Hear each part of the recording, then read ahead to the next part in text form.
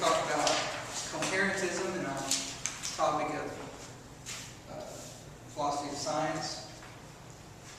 Okay, coherentism basically says statements are justified by being part of a coherent system. In the scientific community, the system is usually the complete set of beliefs of an individual scientist or of a community of scientists. All right, is it? Got the phantom. Oh, did we talk about it?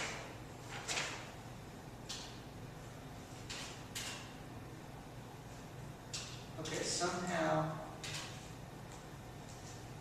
I've got a slide that's been deleted, so you need to put in your notes coherentism. I have to go back and fix this. I don't know what's happening. Coherentism, I'll give this to you verbally. Under coherentism, right, statements are justified by being part of a coherent system. I'll say it again. Statements are justified by being part of a coherent system. Everybody get that? Okay. All right. Next sentence is, in scientific community,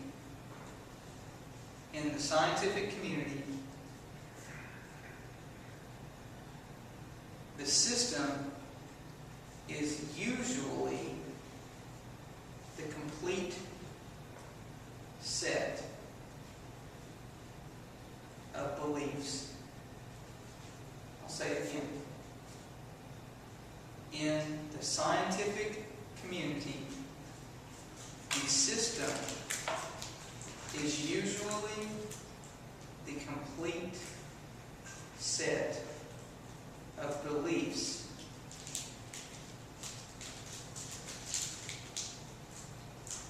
more. If you're ready. The rest of the sentence. Still see people. Y'all ready for the last part of coherentism?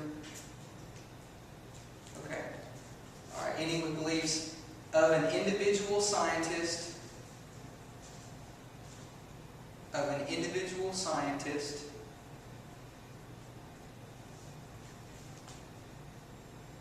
Or of the community of scientists. Or of the community of scientists. Okay. I apologize. I got a slide that got deleted on there or something. I don't know what happened.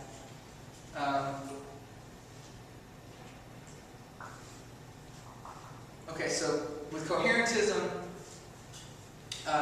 the statements that are made basically are going to fit into the system of the beliefs that are already there. All right, it's going to be coherent with their system.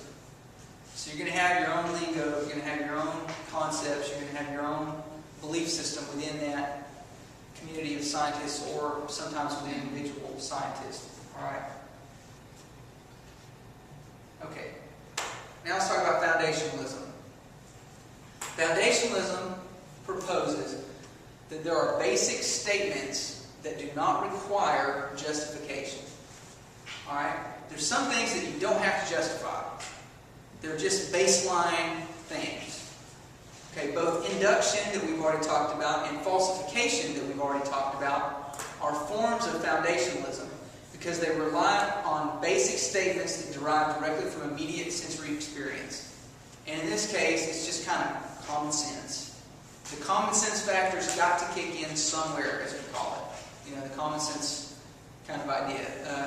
Everybody, you know, I remember amazed, and I once asked someone, you know, how do you instill common sense in someone? You know, I don't know.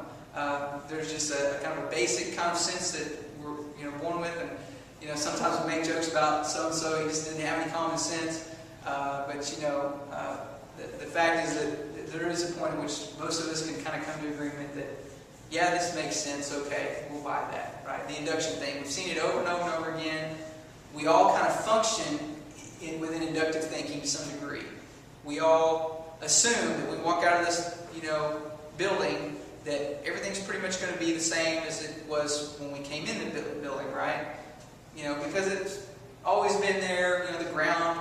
And I'm sure that people down in Guatemala, where they have this huge sinkhole, they stepped out one day and, gee, the ground wasn't there, But by and large, normally the ground is there when you step out of your home, all right? That was amazing.